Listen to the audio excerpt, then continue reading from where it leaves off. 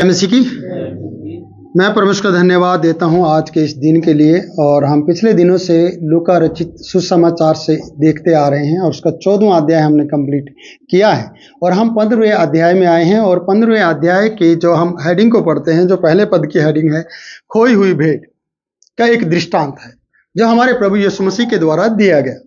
इसलिए आज हम वहां से बहुत सी बातें सीखेंगे जो मैं आपके लिए लेकर आया हूं। आइए हम उसको शुरू करते हैं। हमारे बीच में कोई एक जन इसको पढ़े।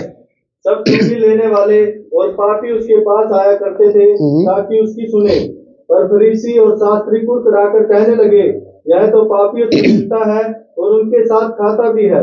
तब उसने उनसे यह दृष्टांत कहा। बस बाद में पढ़ेंगे भाई, हम थोड़ा थोड़ा लेंगे। यहाँ चुंगी लेने वाले और पापी उसके पास आया करते थे ताकि उसकी सुने। हमारे प्रभु यीशु मसीह की सुनने के लिए पापी और गुनाहगार भी कहेंगे इसमें हम, और जो कहते हैं कंगाल हैं, गरीब हैं, लाचार हैं, जिनको सहारे की जरूरत होती है, वो सब आकर यीशु के पास उसकी सुनते थे। समझ में आ रहा है?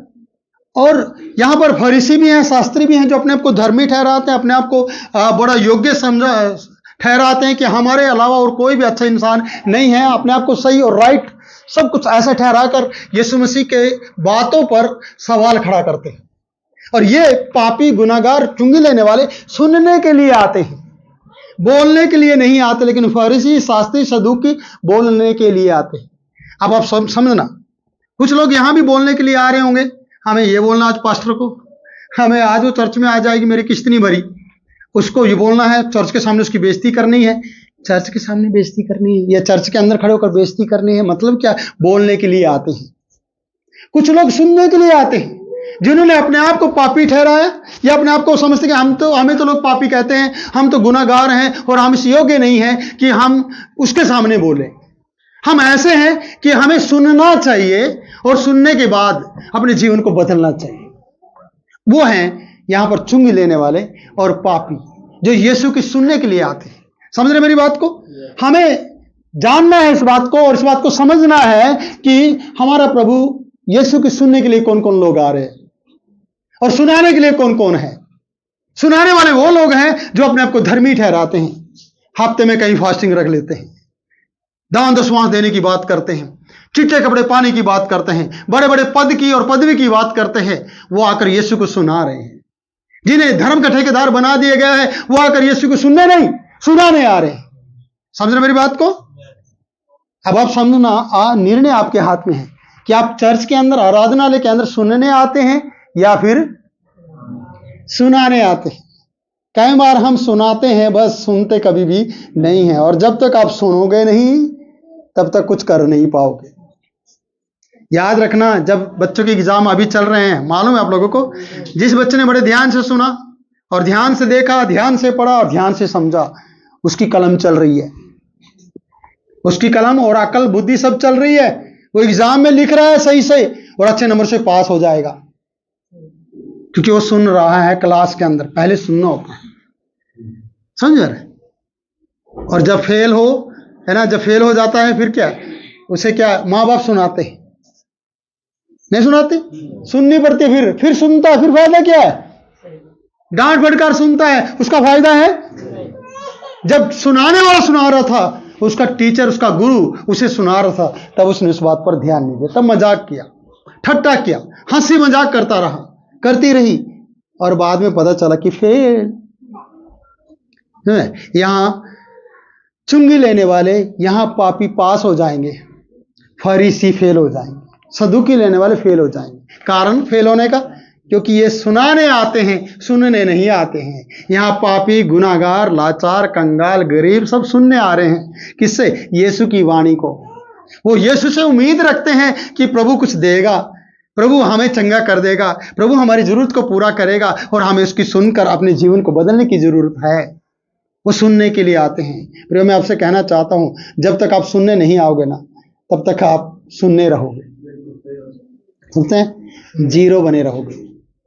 जब सुनना शुरू करोगे ना, सुनने से आपको हीरो बनाएगा, जीरो से हीरो बनाएगा। कौन? सर्वशक्तिमान परमेश्वर का पुत्र।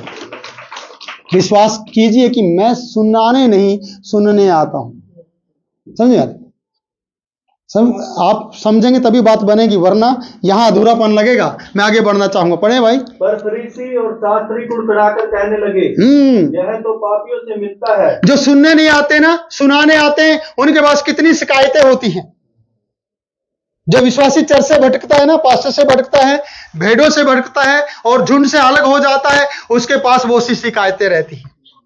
आप जो चर्च से भाग जाता है, उससे जाके मिल के देखो एक बार, ये वो आपसे मिलने भी आ जाएगा, फ्री डिलीवरी करेगा। फ्री से वो बोलते, क्या बोलते हैं, होम डिलीवरी, होम डिलीवरी, घर की है ना सेवा देगा आपको, फ्री में देगा चुगलियां, फ्री में देगा बुराइयां। एक भी अच्छी बात उसकी जिंदगी से आपके लिए नहीं निकलेगी, चर्च के लिए नहीं निकलेगी, पासवान के लिए नहीं निकलेगी, कारण उसके अंदर बुराइयां भरी हुई हैं।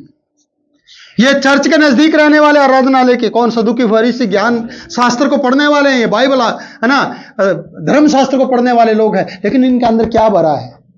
बुराई, कुड़कुड़ाना भरा हुआ है। कई बार विश्वासी को जिंदगी में कुड़कुड़ाना रहता है, बुड़बुड़ाना रहता है, बुराई करना रहता है। जैसे मैंने कहा, सास की सुनो, सास की सेवा करो। बहुत से बहुओं को लगा होगा, ले अभी आपकी चाय भी गई। नहीं, क्यों कह रहे हो आप? अगर मैं अपनी मां की सेवा करना चाहूं, अब वह ही नहीं, बताओ ना, ले आ सकते हैं से? बुजुर्गों को वापस ला सकते हैं? लेकिन हम सोचते नहीं इस बारे में। बुजुर्ग तो हो सकते हैं हम, और होंगे, फिर ढूंढते रहो, फिर सुनाओ बच्चों को। आपको पता है मैं कितनी सेवा करता था अपनी मां की। मां ऊपर से कह रही होगी, है ना, मैं क्या कहूं, फोन मिल तो नहीं लगता यहां से कि सबको बता दूं, नहीं तो हम हमारे आगे आएंगे ये बात। इसलिए आपका जो धर्मीपन है ना, आपका जो धार्मिकता का लेबल लगा आपके ऊपर, है ना, जो चोगा आपने पहना है विश्वासी का, धर्मीपन का, वो है ना, वो काम बताएगा आपके। अगर उसमें बुड़बुड़ाहट है, कुड़कुड़ाहट है, चिढ़ने की आत्मा है, वचन पढ़ने वाले से आप चिढ़ रहे हैं, प्रचार करने वाले से आप चिढ़ रहे हैं, पासवान की बातें आपको बुरी लग रही है, विश्वासी की बातें आपको बुरी लग रही है, तो इसका मतलब क्या है? आपके अंदर तो कुछ और ही है। आपके अंदर पवित्र आत्मा नहीं है। क्या आप इसको सही तरीके से समझ पा रहे हैं? आप कहीं ना कहीं परमेश्वर की बेइज्जती कर रहे हैं, उसके वचनों पर विश्वास नहीं कर रहे हैं। यहां परमेश्वर के पुत्र पर सवाल खड़े करते हैं लोग, बुड़बुड़ाकर कुड़कुड़ाकर कहने लगे, क्या यह तो पापियों से मिलता है, यह तो पापियों से मिलता है, और उनके साथ खाता भी है। उनके साथ खाता भी है। पापियों से भी मिलता है, उनके साथ खाता भी है, और उनकी सुनता भी है। उनकी ये सुना रहे हैं, वो सुनने आते हैं, समझा? वो सुनता क्या है मालूम है? प्रभु उनकी प्रार्थना को सुनता है। प्रभु उनकी है ना जो रिक्वेस्ट है कि प्रभु मेरा ये काम है, प्रभु मेरी बेटी को ठीक कर दे, प्रभु मेरे बेटे को ठीक कर, या मेरे घर में बरकत आ जाए, वो उनकी इस बात को सुनता है। इसलिए ये कह रहे हैं, इनकी सुनता भी है और उनके साथ खाता भी है। कहने का मतलब सीधा, जो पापियों के साथ बैठेगा वो पापी है, ऐसा है इसका मतलब, इन लोगों का मतलब। क्योंकि इनके ऊपर जो कपड़े चढ़े हैं ना, इनकी आंखों पे जो पर्दा पड़ा है, वो धार्मिकता का पर्दा है, घमंड का पर्दा है कि हम तो धर्मी हैं। कई बार आराधना करने वाले सोचते कि हमारे से ज्यादा कोई है ही नहीं धर्मी, समझा? कई बार प्रचार करने वाला सोचते कि मेरे से ज्यादा कोई धर्मी प्रचारक है ही नहीं है जो परमेश्वर का संदेश दे। पर याद रखना, परमेश्वर अंदर के हृदय को देखता है, बाहर के नहीं। बाहर तो दिखते ही ऐसे, है ना, हम तो बाहर का देख लेते, कई बार अंदर का हम देख नहीं पाते, लेकिन वो अंदर का भी देख लेता है कि अंदर क्या चल रहा है, क्या है इनके जीवन के अंदर। परमेश्वर इस बात को भी देखता है। पढ़े, तब उसने उनसे यह दृष्टांत कहा, नहीं उसी को थोड़ा सा पढ़ो, यह तो पापियों से मिलता है और उसके साथ खाता भी है। उसने यीशु मसीह ने एक उदाहरण दिया, दृष्टांत दिया, और दृष्टांत क्या है उसके बारे में हम बात करते हैं। तुम में से कौन है जिसकी 100 भेड़ें हों? 100 भेड़े के एक चरवाहे से, 100 भेड़ों के एक मालिक से यीशु मसीह बात करते हुए लोगों को समझाना चाहते कि उसके जीवन के बारे में मैं बताना चाहता हूं कि जिसके पास 100 भेड़े हों और उनमें से एक खो जाए। आगे लिखा है, तो 99 को छोड़ देगा, जंगल में उसे ढूंढता फिरेगा, 99 को छोड़कर। अब यहां पर मैं अगर सीधी सी बात करूं, वो बात यह है, एक से इश्क है और सभी को मैंने लिखा है वो एक से किया ईसक, बाकियों के लिए लिया बाकियों के लिए क्या? रिस्क लिया है। रिक्स नहीं, रिक्स बोलते हैं, समझ रहे? एक के लिए चतरा, बाकियों के लिए खतरा। अब सोचो कितना प्यार है उस खोई हुई से कि उनके ऊपर, है ना, उनको खतरे में डाल दिया, समझ रहे? उनके लिए रिस्क ले लिया, क्योंकि एक से इश्क किया है कि उसे भी इसमें जोड़ा जाए, मेरी गिनती कम ना हो जाए। कौन कर रही है बात? जिसके पास 100 भेड़े हैं, क्योंकि उसे जाना जाता 99 से नहीं, उसे जाना जाता ये 100 का मालिक है। ये चरवाहा 100 को चराता है, ये 100 भेड़े धारता है, ये रखता है, इसके पास इतना धन दौलत है, वो गिना जाता है, वो पहचाना जाता है, एक भी ना खो जाए, इसलिए खतरे में रखता है 99 को। उनके लिए एक बड़ा रिस्क लेता है, एक से इश्क करके, और उसके पीछे चला जाता है। मतलब क्या है? प्रभु क्या कहना चाहते हैं? आगे बढ़े थोड़ा। जिसकी 100 भेड़ें हो और उनमें से एक खो जाए तो 99 को जंगल में छोड़कर उस खोई हुई को जब तक मिल ना जाए खोजता रहे। देखिए, यहां पर खोजना और यहां पर छोड़ना, और वो भी जंगल में जहां पर खतरा ही खतरा है। एक गई, कोई बात नहीं, चलेगा। हम तो ये सोचते हैं ना, लेकिन मालिक नहीं सोचता। चरवाहा भी सोचता है, एक गई कोई बात नहीं, पर मालिक नहीं सोचता ये बात। जंगल में छोड़ना एक बहुत बड़ा रिस्क है। वहां पर भेड़िए हैं, वहां पर शेर हैं, वहां पर भालू हैं, वहां पर चीता है, वहां पर जंगली जानवर है, वो भेड़ों को खा जाएंगे, कभी भी उठा लेंगे।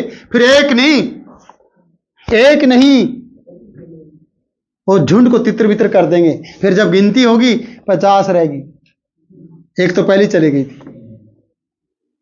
अब सोच के देखो परमेश्वर क्या समझाना चाहता है, या हमारा प्रभु यीशु इन बातों में हमें क्या समझाना चाहता है, समझे?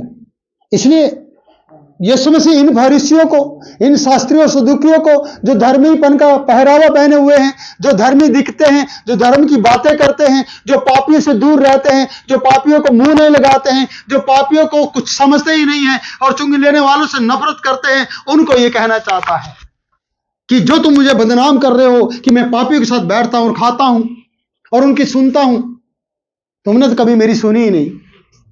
ये मेरी सुनने के लिए आते हैं, तुम सुनाने के लिए आते हैं। जैसे मैंने पहले कहा है, उन्हें कहना चाहता है कि मेरी इच्छा है, समझ आ रहा है, कि तुम तो धर्मी बने बैठे हो भाई, मुझे इनको ढूंढना है जो पाप में पड़े हैं, जो गुनाह में पड़े हैं, जो रात दिन किसी की उम्मीद में बैठे कि कोई हमारी मदद करे, मुझे उनको बचाना है। इनके लिए मैं वो काम करना चाहता हूं, क्योंकि बाइबल बताती है, अगर लूका की 5वें अध्याय में हम पढ़ेंगे, वहां पर 31 पद में आपको मिलेगा, मैं पापियों को नहीं, धर्मियों को नहीं, पापियों को बचाने आया। किसे बचाने आया? पापियों को बचाने आया, धर्मियों को नहीं। धर्मी तो बचे हुए हैं, अगर वो धर्मी है, अगर धर्म के काम कर रहे हैं, धर्म की उनके अंदर वो चीजें झलकती हैं, अगर उनके अंदर प्यार और प्रेम झलकता है, तो वो बचे हुए हैं, उनके लिए कोई खतरा नहीं है। मालिक को वो ठीक ठाक हैं, समझ में आ रहा है? जब वो 99 को छोड़कर जाते, उन्हें पता है ये ठीक ठाक है और ये भागने वाली नहीं है, इनमें से कोई भी हटने वाली नहीं है, इसलिए झुंड को देखकर शेर भी डरेगा, क्योंकि ये एकता में है, ये यूनिटी में है। पर जिसने एकता तोड़ दी, उसी एकता को एक में, इन हजारों में मिलाने के लिए एक को पहले लाया जाए, और वो ढूंढने के लिए चला जाता है। इसलिए यीशु मसीह पृथ्वी पर आया पापियों को और खोए हुए को ढूंढने के लिए। हाँ, समझे? आप पापी थे, मैं पापी था, या मैं ऐसे कह दूं, पहले मैं पापी था, आप भी पापी थे। अब ठीक है? अब तो नहीं बुरा लगा? समझो बात को। हमें बचा लिया गया, हमें धर्मी बना दिया गया विश्वास से। हाँ, अभी हम भी भागेंगे, बताओ ना? हम भी भागेंगे क्या? हमें भागने की जरूरत नहीं है। हमारे विश्वास के आधार पर कि इनमें से कोई भी भागेगा नहीं, 99 में से ये सेफ है। अब जो चला गया उसे ले आता हूं ताकि वो भी सेफ हो जाए। और उसे उठाकर क्या करता है? ढूंढ डांड के इनको खतरे में छोड़ते हुए, पर विश्वास है मालिक को कि ये झुंड है ना, झुंड को देखेगा कोई भी, भालू चीता शेर, बोलेगा अभी नहीं, अकेला कोई नहीं मिल रहा है। जैसे इनमें से कोई भागता है उसको खाऊंगा, उसको पकड़ूंगा। पर ये झुंड है, झुंड आपको पता ना, एक शेर के ऊपर भैंसे भारी पड़ गए, भैंसे भारी पड़ गए। भैंसा मतलब है ना, भैंस कह सकते हैं, जोटा टाइप का बोलते हैं, भारी पड़ गया। कारण उसने सींगों से उठा उठा के शेर को पटक दिया। पहले देखते रहे एक भैंस को काट रहा है, पर जब उन्होंने एकता की ना, झुंड बन गया, तब शेर भाग गया। बोला आज अकेला नहीं फंसा कोई, अकेला फंसना बहुत जरूरी था उसके, है ना, उसके शिकार के लिए, शेर के शिकार के लिए। शैतान भी आपको अकेले अकेले को पकड़ता है, समझ रहे? और फिर वार करता है तलवार से, है ना, अपने उन लालची हथकंडों से लालच दे देकर क्या करता है? अलग करता है। बोला अब तू अलग हो गया ना, अब तू मेरा है। और उसे काम दे देता है, अब तुझे पास्टर की बुराई करनी है, अब तुझे उसकी बुराई करनी है, अब तुझे उसके घर जाना है, अब तुझे उसके घर जाना है, और तुझे दूसरे चर्च के बारे में बताना है, दूसरे उसके बारे में बताना है। समझ यार? अब उसके पास ये चीजें बचती हैं और कुछ भी नहीं। अनुग्रह तो चला गया उसका, मालिक का हाथ उसके सिर से हट गया है। जैसे कि ये भेड़ का जिसे वो ढूंढ रहा है, जिसे 99 को खतरे में डाल रहा है, एक एक के लिए, एक के लिए। समझ रहे बात को? खतरे में डाला किसको? 99 को, क्योंकि वो मालिक था और मालिक की इच्छा थी कि इसे भी बचा लिया जाए। क्यों? इसको पता तो है नहीं, पता होता तो शायद ये नहीं जाता, ये नहीं जाती भेड़। समझ रहे? लेकिन यहाँ पर विश्वासियों पर बात आती है, पर मैं अभी विश्वासियों की बात नहीं करना चाहता, मैं धर्मियों की और पापियों की बात करना चाहता कि धर्मी क्या सोचकर यीशु से सवाल कर रहे हैं और पापी क्या सोचकर यीशु से बातचीत कर रहे हैं। सोचो, क्योंकि वो अपनी निर्बलता को दिखा रहे हैं, वो अपनी कमजोरियों को बता रहे हैं। यहां पर परमेश्वर पश्चाताप की डिमांड करता है। यीशु मसीह इन लोगों से पश्चाताप की डिमांड करता है। हमारा संदेश पश्चाताप की डिमांड कर रहा है आपसे कि आप पश्चाताप करें, आप परमेश्वर के सामने आए और कहें कि परमेश्वर मैं पश्चाताप करता हूं, क्योंकि परमेश्वर पश्चाताप की डिमांड कर रहा है। अगर आप विश्वासी बन गए हैं, आप बाइबल पढ़ते हैं, प्रार्थना करते हैं, दान देते हैं, दशमांश देते हैं, सब कुछ करते हैं, फिर भी आपके अंदर पश्चाताप नहीं है, तो यीशु मसीह पश्चाताप की डिमांड करता है, सवालों की नहीं। समझ में आ रहे? यीशु को सुनाने के लिए कभी ना आओ, उसकी सुनने के लिए आओ, उसका वचन मानने के लिए आओ। आज लोगों के अंदर कहते हैं कि मेरी कोई सुनता नहीं है, मुझे कोई पूछता नहीं है। विश्वासियों की डिमांड ये हो गई है, पास्टरों की भी है। किसी मीटिंग में चल जाए, बोलते हैं पास्टर भी, हमें कोई पूछता नहीं है। जब आप अपने जीवन में इस प्रकार की बात रखें कि आपको कोई सुने, फिर ठीक नहीं है भाई। नहीं, आप अपने माँ बाप के सामने भी यही कहते हैं, मेरी तो सुनते नहीं है, मेरी तो सुनते नहीं है। समझे? कल भाई बार बार करता, मैं कह नहीं रहा था आप ये ना ले जाओ, वो नहीं ले जाओ, वो ना ले जाओ, 10 बार बोल दिया। मेरे साथ ही बैठा था, मैंने बोला भाई माफ कर, गलती होगी, भी गलती होगी, आप क्या करें, हो गया, इंसान है, नहीं होती गलती, हो जाती है, सुधार देंगे उस बात को। पर उसको बात को हम बार बार बोलें, मतलब कि भाई मैं right, you are wrong, I am right, ऐसा कह के क्या किसको दिखाना? इनाम मिलेगा क्या? कई बार कहते मैंने कहा तो लड़का होगा, लड़का हो गया ना, हाँ भाई हो गया, देवता बन गया तुम। मत कहो, हम बादल देखकर बता देते बारिश का मौसम है, बारिश आएगी, नहीं बताते। अंदाजा है हमारे पास। छोड़ दीजिए अंदाजे, छोड़ दीजिए सारी बातें। हमारे यीशु आपके और मेरे और सबके बारे में सब कुछ जानता है, उसे कोई बात छुपी नहीं है। इसलिए आप धर्मी हैं, आपने सब कुछ किया हुआ है, पर याद रखना आपके अंदर से वो चला गया है। वो क्या? दया, प्यार, है ना, दीनता, नम्रता, और कुछ और आ गया है, वो है घमंड। ये तो पापी है, ये तो गुनहगार है, ये तो आवारा है। हमने देखो है ना, बाइबल हम रोज पढ़ते हैं, हम दान देते हैं, हम चर्च जाते हैं, ये कहा करता है ये तो पापी है, ये तो पापी है। हमारे अंदर से निकल के आ रहा है, क्योंकि जो हमारे अंदर है वो निकल रहा है, जैसा प्रभु यीशु ने कहा है।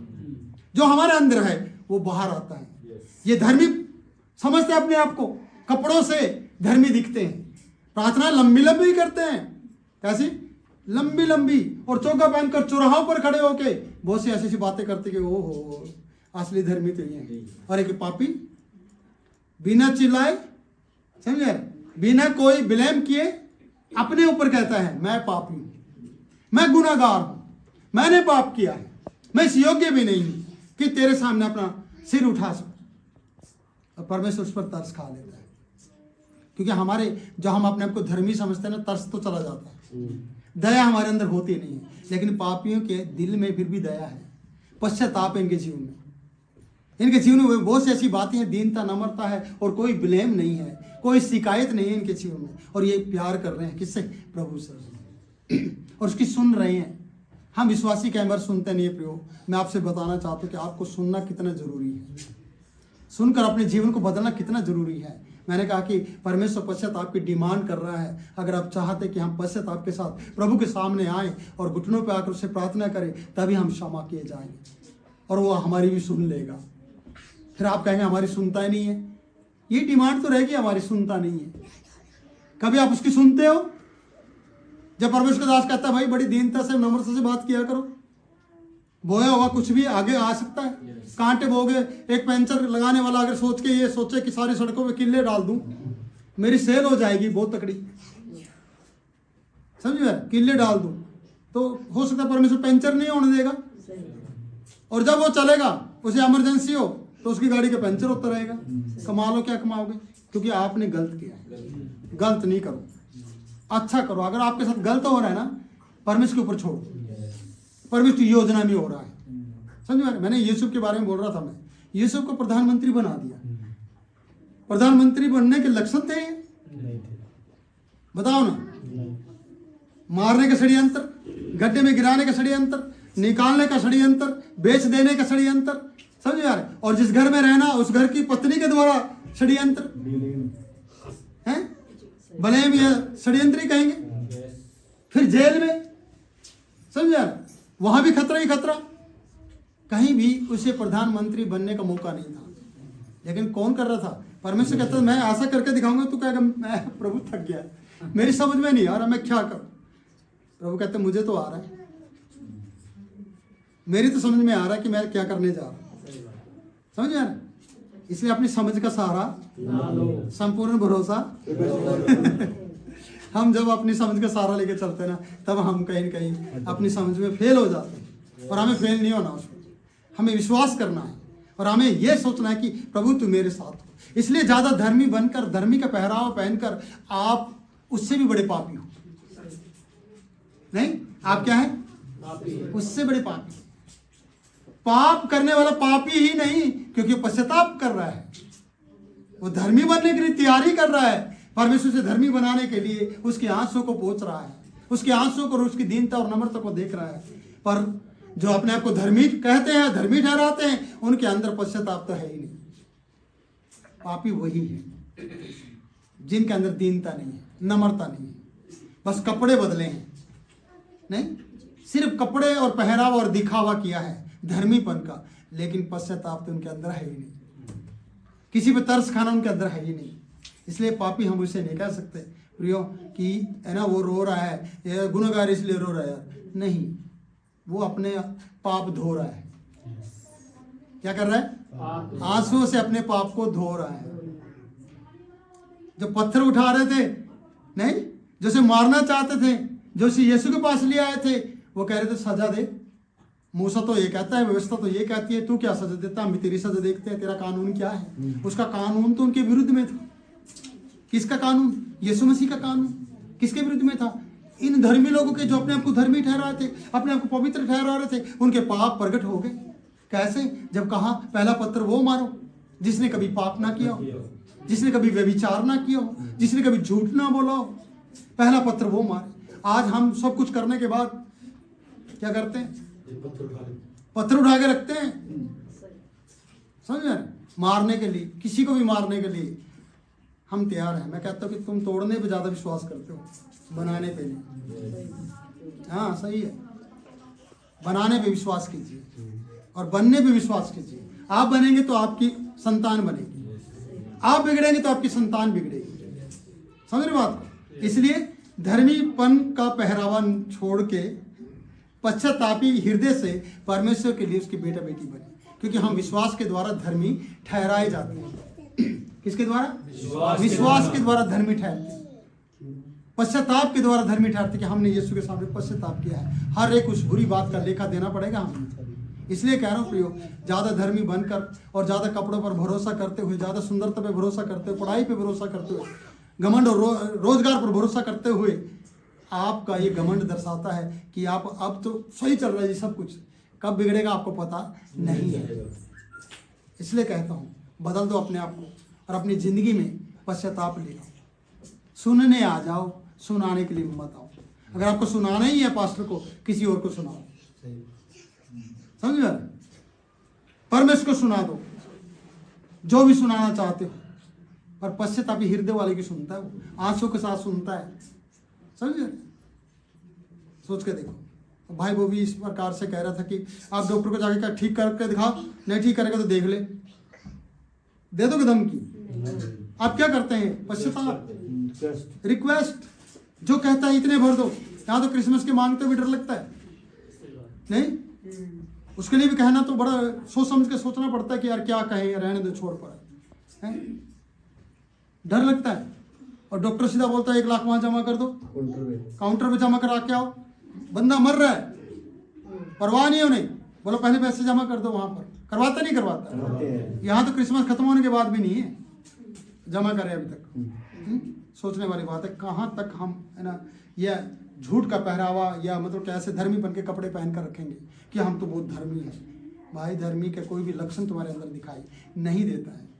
कहीं ना कहीं हमारा परमेश्वर के सामने रिश्ता अच्छा होना चाहिए, नहीं? बाकी किस्ता तो वो भर देगा, रिश्ता बिगड़ता जाएगा, किस्ता बढ़ती जाएगी, जैसे मैं अक्सर बोलता हूँ। समझ में? इसलिए कहते कि आपका धर्मीपन आपको धर्मी नहीं ठहराता। जब आप बात करते हैं, आपके अंदर अगर कोई पश्चाताप का कारण है या आपको पश्चाताप करना चाहिए, वो आपको धर्मी ठहराता है। आपने उस पर विश्वास किया है, वो आपको धर्मी ठहराता है कि आप उसके विश्वासी हैं और आप उसमें विश्वास करते हैं। आप किसी का बुरा नहीं करेंगे, क्योंकि वो अपने दुश्मनों को भी प्यार करता है और हम अपने विश्वासी से भी प्यार नहीं करते। हम अपने माँ से भी प्यार नहीं करते, अपने भाई से भी प्यार नहीं करते, हम अपने पिता से भी नहीं प्यार करते, हम अपने मोहल्ले के लोगों से भी प्यार नहीं करते। और हम प्यार का संदेश लेकर चलते हैं। समझ गए? हम पवित्रता का संदेश लेकर चलते और हम पवित्र नहीं है। परमेश्वर क्या जानता नहीं है? परमेश्वर को सब पता है। इसलिए उसने कहा खोई हुई को ढूंढा, क्योंकि उसने उसके इश्क किया। और मैं ऐसा इश्क करने वाला हूँ, यीशु कह रहा है, मैं ऐसा इश्क करने वाला व्यक्ति हूँ, या मैं ऐसा आशिक हूँ, ऐसे कहूँ, बुरा नहीं माना मेरी बात का। मैं एक ऐसा आशिक हूँ जो पापियों से प्यार करता, उन्हें गले लगाने आया हूँ। इसलिए मुझे धर्मी की चिंता नहीं, क्योंकि धर्मी तो अपने धर्म के कारण से अपने आप को धर्मी ठहरा रहा है, बच गया, वो सोचता कि मैं तो धर्मी हूँ। पर वो कह रहा है कि तुम्हें भी पश्चाताप करने की जरूरत है। पर ये तुम्हारी बात है, घमंड की बात है, ये सब क्या करती है? तुम्हारे धर्म का जो कपड़ा उसको बोधा कर रही है, बोधा क्या बोलेंगे उसको, क्षीण कर रही है, या उसको खोखला बना रही है। आपके धर्म को खोखला बना रही है। क्यों? क्योंकि आप झूठ बोल रहे हैं, आप घमंड दिखा रहे हैं, आप अपने आप को दिखाने की कोशिश करते हैं, आप सुनाने के लिए आते हैं, आप सुनने के लिए नहीं आते हैं। इसलिए ये सब बातें आपको परेशान कर रही हैं और ये आपको धर्मी नहीं ठहरा रही है। सावधान हो जाए कि परमेश्वर आपसे क्या चाहता है। परमेश्वर आपसे पश्चाताप की डिमांड करता है। परमेश्वर आपको चाहता है कि आप पश्चाताप करें, घुटनों पर आएं और उसकी महिमा करें। प्रभु इन वचनों के द्वारा आप लोगों को आशीष दे। God bless you.